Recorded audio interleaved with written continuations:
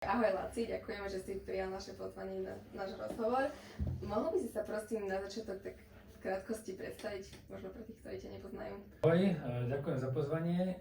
Tak moje meno je Laco Branický. Ja sa tak bicyklujem po svete, takže asi kvôli tomu ste ma zavolali. A venujem sa cykloturistike. Naposledy som prešiel teda africký kontinent, kde trvalo to 9 mesiacov zo severu na juh.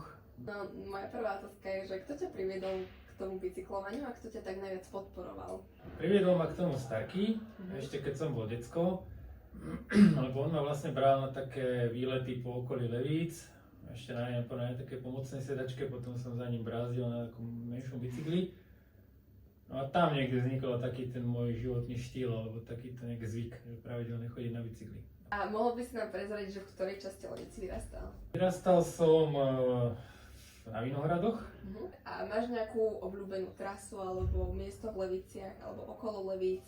Najradšej, keď idem niekde tu v okolí, tak skôr smer na Štiavnicu, Štiavnické vrchy. Máš možno nejakú inšpiráciu v tomto svete turistík a cyklotúr? Že nemám nejaký vzor konkrétne, ktorý by som ti povedal, že tak tento. To je skôr také, že ja sa neinšpirujem konkrétnymi osobami, ja si idem svoju cestu. Skôr ma niekedy inšpirujú nejakými miestami, že vidím, že niekto niekde bol, tak si poviem, že OK, tak tady by som chcel ísť aj ja. Povedal by si nám, že na ktorú z tvojich takých cyklotúr spomínaš najčastejšie a najradšej? To je ťažká otázka, lebo teraz som bol 9 mesiacov v Afrike, vrátil som sa relatívne nedávno, takže momentálne mám ešte stále plnú hlavu z toho.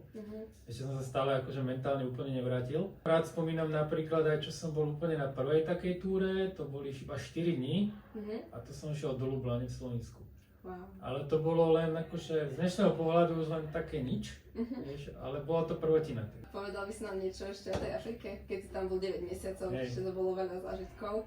Bolo. Určite aj zlých. Bolo 9 mesiacov, 21 krajín som prešiel, bolo to nejakých vyše 20 000 kilometrov. Wow, išiel si sám? Išiel som sám, takže išiel som jednu krajinu za druhou, západné pobrežie afrického kontinentu. Došiel som až na najjužnejší bod Afriky, čo je strelkou Mys. A čo, dostal som 3-krát maláriu, schudol som 12 kg. Ako si sa vyrovnával možno s tým, že si to musel prežiť celé sám? Kríza bola každý deň, akože kríza motivácia, hej, ale jasne zanadávaš si, povieš si, že serem na to idem domov. Vieš, že niekde na pozadí, že to nespravíš, hej, že v hlave to neurobíš. Hej, mal si nejakú akože motiváciu, že dobre, ešte kvôli tomu to proste ešte idem, nezdávam sa. No, motivácie je viac, lebo za prvé, všetkým povieš, že ideš, takže si bola strašne zatrapnú, keby sa vrátiš.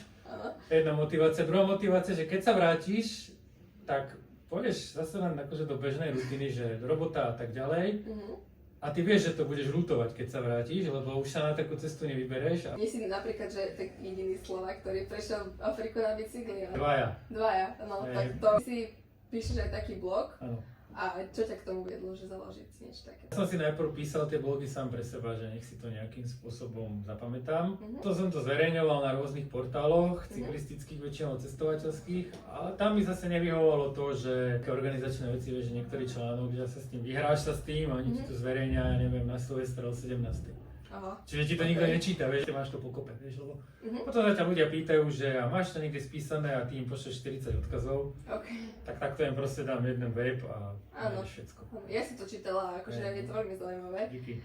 A som to tak akože zakončila touto otázkou, že čo by si poprial Leviciam k 870. jubileu?